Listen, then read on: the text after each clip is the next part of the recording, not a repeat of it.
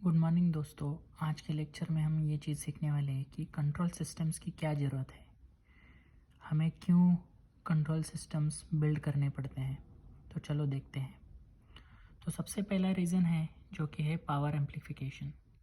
ये समझने के लिए एक एग्जांपल लेते हैं। तो समझ लो कि ये रडार एंटीना का एग्जांपल है। तो इस control radar antenna control system में क्या करते हैं अपन, नॉब से जो इनपुट में है एक नॉब रहता है, फिजिकल नॉब, वो नॉब हम रोटेट करते हैं और जो रडार का एंटीना है उसका एंगल हम चेंज करते हैं। मतलब समझो यहाँ से मैंने 1 डिग्री से मूव किया, नंबर 1 सेकेंड पे मूव किया, तो वहाँ पे 30 डिग्री से एंटीना मेरा मूव हो रहा है या रोटेट हो रहा है। तो इस केस में अपन को जब भी एंटीना एक्चुअल एंटीना को रोटेट करना पड़ता है तो उसके लिए बहुत ज़्यादा पावर की ज़रूरत पड़ती है। इसीलिए मैंने इधर लिखा है कि लार्ज पावर रोटेशन। और जब भी हाथ से हम नॉब मूव करते हैं तो वो बहुत इजीली कर सकते हैं, राइट। उसके लिए बहुत ज़्यादा पावर की ज़रूरत नहीं है। बट जो हम एंटीना रोटेट करते हैं उसके लिए बहुत ज़्यादा पावर लगता है, और वो उसके लिए हम कंट्रोल सिस्टम की ज़रूरत है। तो ये कंट्रोल सिस्टम जो है वो जो जितना भी पावर एम्प्लीफिकेशन चाहिए वो हमको प्रोवाइड करता है। तो इसके लिए हमको पावर एम्प्लीफिकेशन या इसलिए हमको लगता है कंट्रोल सिस्टम्स को बिल्ड करना। चलो देखते हैं सेकंड रीज़न क्या है, मतलब क्यों ज़रूरत है हमको कंट्रोल सिस्टम्स की। दूसरा चीज़ है कि रिमोट कंट्रोल। तो ये चीज़ बहुत वाइडली यूज़ होता है। तो चलो एक एग्जांपल लेते हैं रोबोट का।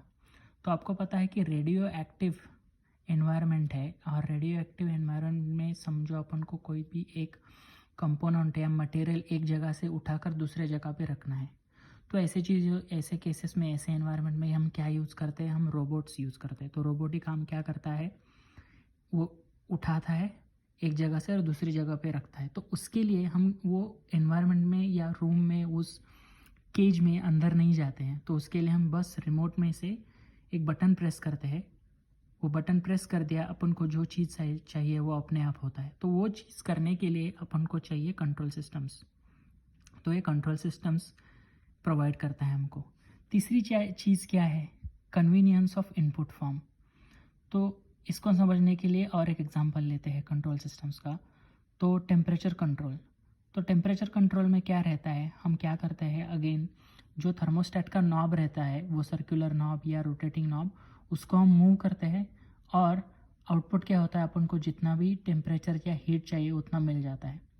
तो यहाँ पे कन्वीनियंस क्या हो गया, समझो मेरे को चेंज करना है तो मैं ईजीली अपने हाथ से नॉब मूव कर सकता हूँ, और जितनी हीट चाहिए वो अपन ईजीली हैंडल कर सकते हैं या एडजस्ट कर सकते हैं।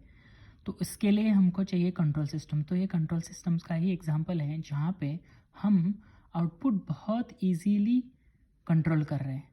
जितनी हीट चाहिए नॉब चेंज करो इजीली अपने हाथ में और रोटेट करो, वो हो रहा है। तो इसीलिए हम बोल रहे हैं कि कन्वीनियंस ऑफ इनपुट फॉर्म। चौथा रीज़न क्या है, चौथा रीज़न ये है कि कॉम्पेंसेशन ऑफ सेल्फ डिस्टर्बेंसेस। ये बहुत इंपॉर्टेंट प्रॉपर्टी है और बहुत इंपॉर्टेंट रीज़न है जिसके लिए हमको कंट्रोल सिस्टम्स लगता है, कंट्रोल सिस्टम यूज़ होता है। तो उसके लिए हम देखते हैं एग्जांपल एंटीना सिस्टम का।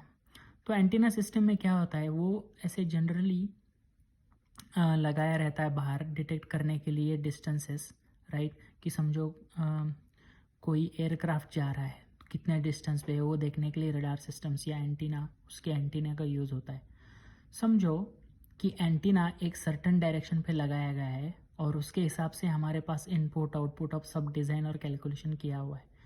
बट फॉर सम रीज़न समझो अभी बहुत विंड आ रहा है, बहुत हवा चल रही है, तो उसके कारण एंटीना रोटेट हो सकता है।